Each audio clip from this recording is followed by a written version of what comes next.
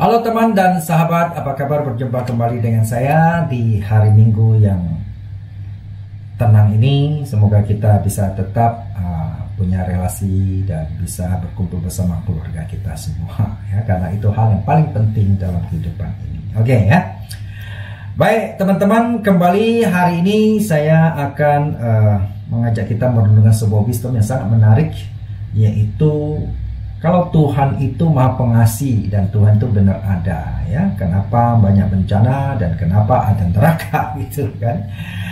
Oke teman-teman, ini hal yang sangat menarik untuk kita pikirkan bersama-sama. Dan bagi Anda yang pertama kali singgah di channel saya ini, silakan subscribe kalau merasa berguna dan silakan di-share ke orang lain ya, supaya kita bisa saling membagi ya di dalam hal-hal masalah wisdom kehidupan ini. Oke teman-teman, jadi jangan kemana-mana, kita akan teruskan ya. Baik, kembali kepada tadi adalah saya sering tergelitik gitu ya, atau saya geli gitu dengarnya ada orang-orang kadang-kadang termasuk orang yang saya kenal juga gitu ya, ngomongnya aduh dia pikir dia pintar gitu ya, kadang-kadang saya pikir justru otaknya nggak dipakai secara baik, secara normal gitu. Nah, soal statement begini, kalau Tuhan itu ada, kenapa ada bencana? Oke, itu yang pertama ya, kita renungkan. Sekarang kita berpikir-pikir, seringkali bencana itu emang datang dari Tuhan itu ya. Kita lihat seringkali akibat perbuatan manusia misalnya ya, merusak alam ya, pohon-pohon digundul, ditebang dan lain sebagainya, bikin hal-hal yang merusak lingkungan. Akhirnya apa? Jadi dia kena sendiri dari perbuatannya itu gitu ya. Lalu masa menyalahkan Tuhan gitu kan. Yang kedua misalnya ya, ada orang ya, kita lihat ya, bikin motor, beli motor yang gede-gede lalu kebut-kebutan ya. Polisi tanda-tanda semua sudah melarang, jangan suka kebut-kebutan, apalagi melawan lalu lintas, melawan aturan dan sebagainya. Akhirnya kecelakaan ya, lalu misalnya sampai meninggal. Lalu apakah itu negara yang salah? Apakah itu polisi yang salah? Apakah itu pembuat motor yang salah? Begitu, ya kan? Nah, jadi kadang-kadang, ya ngomongnya maksud saya mikir dulu lah, gitu kan ya. Nah, sama ya dalam hal dunia ini, bencana seringkali misalnya kan banjir dan sebagainya akibat penebangan liar yang luar biasa ya. Misalnya apalagi misalnya ya, badai ya, badai itu kan karena seringkali muncul gara-gara apa? Karena hutan gundul dan kemudian ozon itu ya udah banyak bocor sana sini sehingga gampang mendatangkan badai ya dan lain sebagainya. Akibat siapa? Perbuatan manusia. Artinya dia menggali lubang sendiri, lalu dia terjatuh dalam lubang yang digali, lalu masa orang lain yang disalahkan. Oke ya. Jadi ini yang kadang-kadang saya orang itu nggak berpikir dengan sehat. Kedua, saya baru juga sering ya mendengar, kalau Tuhan itu Maha Pengasih, kenapa ada neraka? Ini orang yang ngomong ini mikir nggak sebetulnya? Sekarang begini,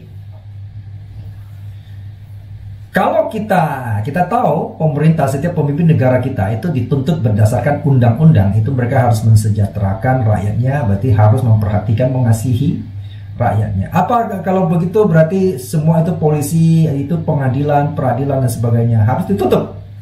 Lalu orang boleh lah ya berbuat seenaknya, boleh maling lah, boleh memperkosa lah, ya kan, boleh mencuri lah, ya kan, boleh berantem lah, orang nggak suka tempeleng aja, tinju aja gitu. Lalu pemerintah nggak boleh menghukum, ya, pengadilan nggak boleh, karena apa?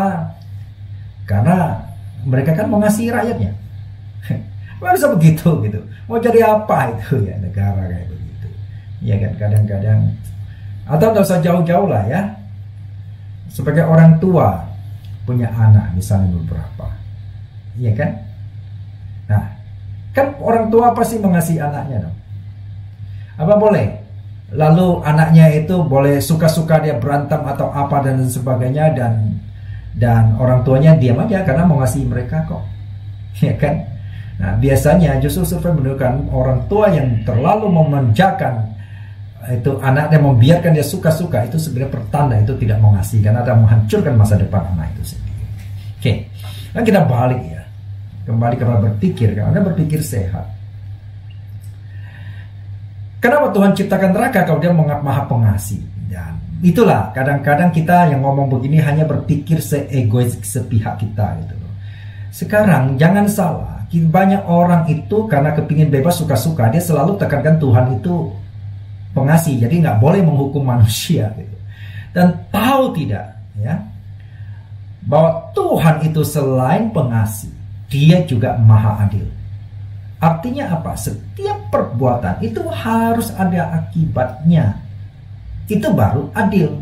Nah sekarang gimana sekarang? Anda protes nggak? Ya, misalnya ini ya, di dunia ini orang boleh macam-macam. Nah, jadi kalau semua macam-macam nggak ada apain, jadi nggak ada orang baik. Semua orang nanti akan jadi udah, ya kan? Yang baik juga percuma kok. Mendingan kita nikmati ya sesuka-suka kita. Mau jadi apa gitu kan? Ya, apalagi Tuhan itu adalah maha adil. Ya harus dong ya.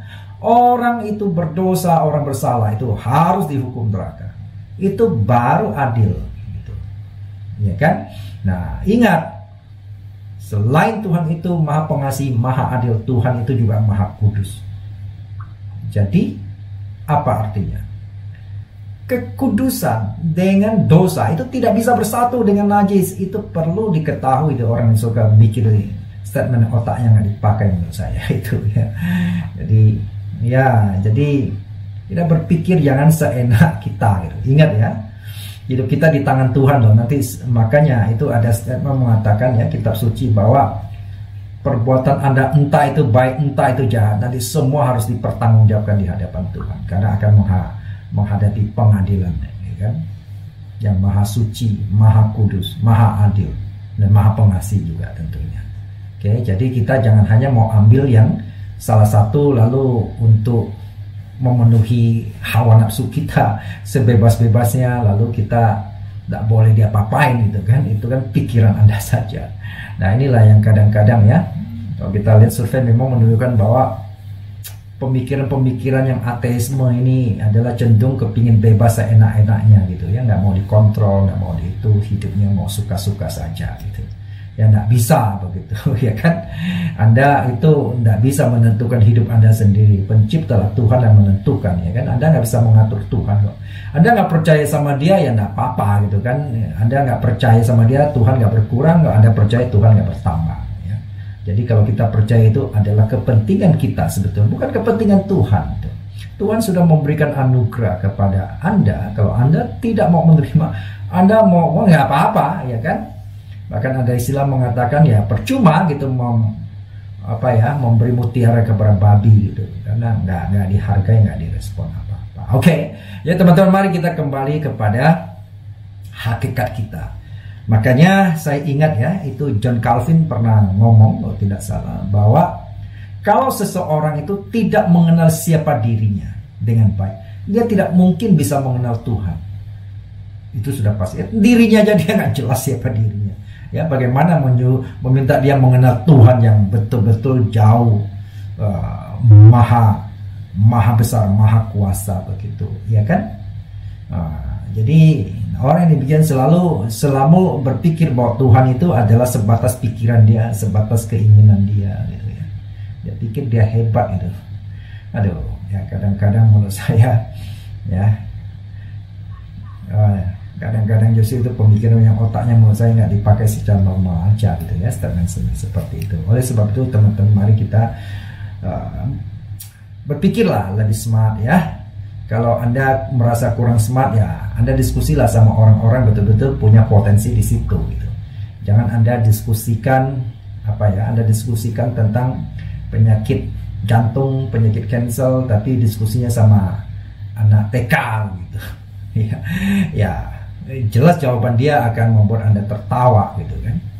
Ya, jadi oleh sebab itu mari teman-teman kita hargai ya, anugerah Tuhan ya, memberikan kepada kita kalau jalan keselamatan ya kita manfaatin dengan baik, dan memberi kita memiliki hubungan relasi yang baik dengan pencipta kita harus bersyukur, harusnya kita manfaatin dengan baik.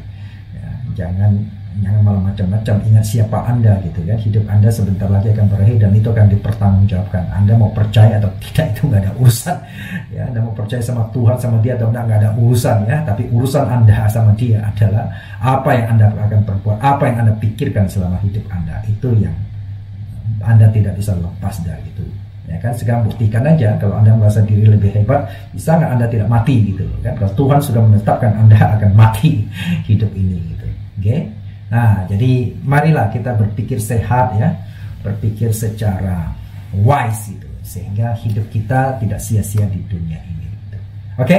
Teman-teman, saya pikir ini penting kita renungkan bersama, jangan sampai kita kebablasan dan menjadi sok pintar tapi akhirnya menjerumuskan kita diri sendiri.